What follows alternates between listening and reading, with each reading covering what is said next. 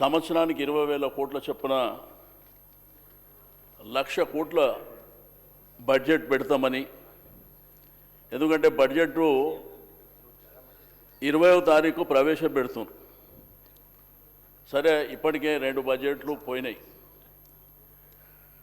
కాబట్టి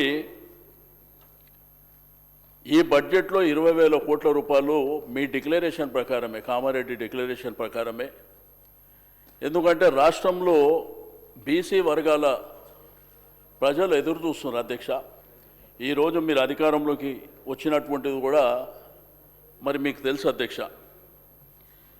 దాంతోపాటు ఏదైతే జరగని అంశం, గతంలో ఇదే శాసనసభలో అనేక మంది ముఖ్యమంత్రులు తీర్మానం చేసినటువంటిది,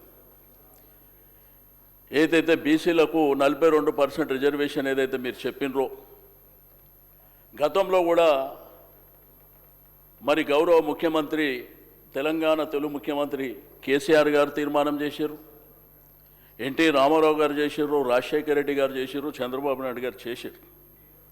నేను ఆ రోజు ఈ 42% విషయంలో నేను ఆ రోజే చెప్పిన, ఇది 9th షెడ్యూల్లో పెట్టి చట్టపరంగా జరుగుతూనే తప్ప, ఇది కేంద్ర ప్రభుత్వం నిర్ణయం తీసుకుంటేనే తప్ప జరగదని నేను పదే ఆ రోజు చెప్పినప్పటికీ మీరేదో డెడికేషన్ కమిషన్ అని రకరకాలుగా చెప్పి ధర్నాలు పెట్టి ఢిల్లీలో పెట్టి అవన్నేమో చట్టసభల్లో కేంద్ర ప్రభుత్వం చేయాలి.